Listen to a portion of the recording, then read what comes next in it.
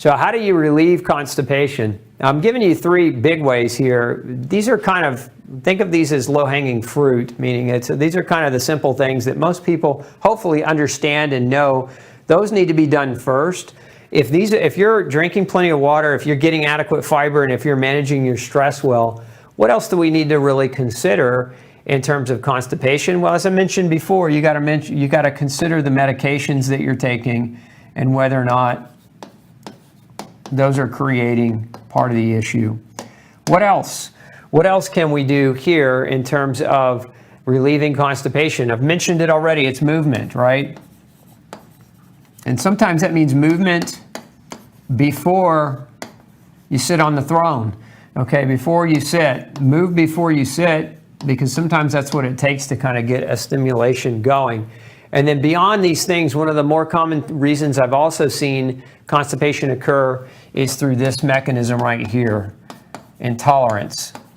And predominantly it's food intolerance. And so what is food intolerance? Technically, what does intolerance mean? Most people utilize this term and they're misusing the term. They're using intolerance the same way you might use allergy, like sensitivity or allergy. And intolerance is very different in that an intolerance is when you can't digest the food. So this would happen in a person, for example, who maybe they're lactose intolerant. They don't digest the sugar in dairy very well. Or maybe they're FODMAP intolerant, as I mentioned earlier. These are foods that can be more challenging or difficult to digest.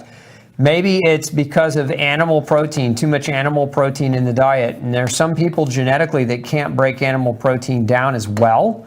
And these people, when they overconsume animal proteins, it will not digest very well. It will create a slowing down of peristalsis, and it will sit in the gut, creating constipation. So lactose intolerant, FODMAP intolerance, animal protein quantity being too much. And again, that's not for everybody, but there are certain people that are more suited for plant-based diets than others.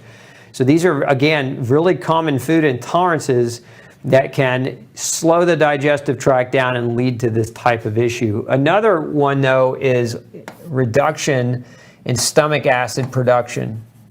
And so this is one of the reasons why antacids as a medication class can cause constipation. If you're a poor producer of stomach acid, what happens when you eat your food is it's harder to digest because you don't have the secretions that are necessary to break it down. We can see the same thing with a reduction in enzymes, particularly like pancreatic enzymes. Where I'll see this very commonly is in people with gluten sensitivity issues where their gut's damaged. Remember, you have two major organs that produce digestive enzymes. One of them is your pancreas. Your pancreas, which is that kind of sideways triangular shaped organ that sits near your stomach, and it's connected to your small intestine. Well, it drops off amylase and lipase and elastase, these different digestive enzymes that help you break your food down. Well, if your pancreas is underperforming, and this is a very common side effect of gluten consumption, by the way, then it can shut down your digestion. But also in celiac disease, where gluten has damaged your small intestine, remember the other place that produces these enzymes are the cells, and in the folds of your small intestine, you have enzyme production factories. And so if your intestine's damaged and your pancreas is underperforming, you're not producing adequate enzymes to break your food down, then your food sits there and it putrefies. It literally sits inside of you and it rots, and it creates constipation. And then that subsequently can trigger or contribute to leaky gut, which is not good. So organ dysfunction, right? Organ dysfunction, especially around the neighborhood of digestive organs. So your pancreatic enzymes, your stomach acid. This would also be true of those of you who've had gallbladder surgery. So if you don't have a gallbladder,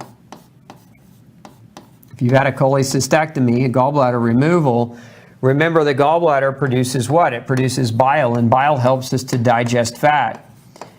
And so this is important. Why? Because if you don't have a gallbladder, it's going to be harder to get bile into your small intestine to help you digest fat. That fat, too much fat in your stool is very, very acidic. It alters the nature of the pH in your GI tract, which alters how well you digest your food. That too in and of itself can create constipatory or constipation issues. So these are all, again, super common things as it relates to food triggering constipation. Now, there's some other foods that are just generally harder to digest. Probably the most common food group that's just a challenge to digest, let's make some room here, are your legumes. And so with beans, legumes, they're harder to digest. They're a seed in a fashion, and so these legumes are very, very challenging to break down. And so if you overwhelm, a lot of people use bean as a staple food in their diet, and they struggle with constipation and digestive issues, gas, bloating, etc. There's the old childhood rhyme. You remember that song, right? Beans, beans, the more you eat.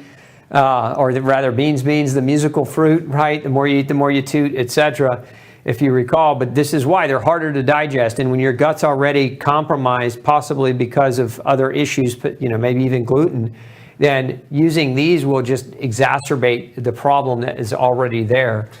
So legumes and grains, again, and then sugar as well, because sugar feeds the wrong flora. Sugar feeds the growth of the microbiome, feeds yeast.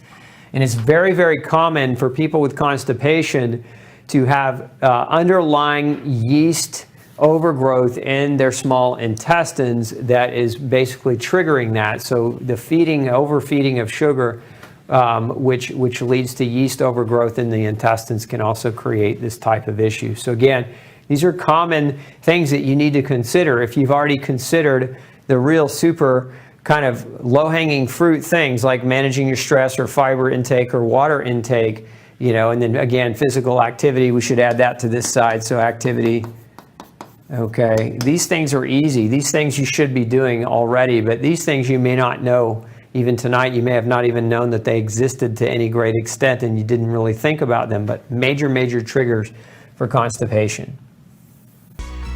Hey, don't forget to check out the rest of the series right here. Make sure you hit subscribe below. And as always, thanks for tuning in.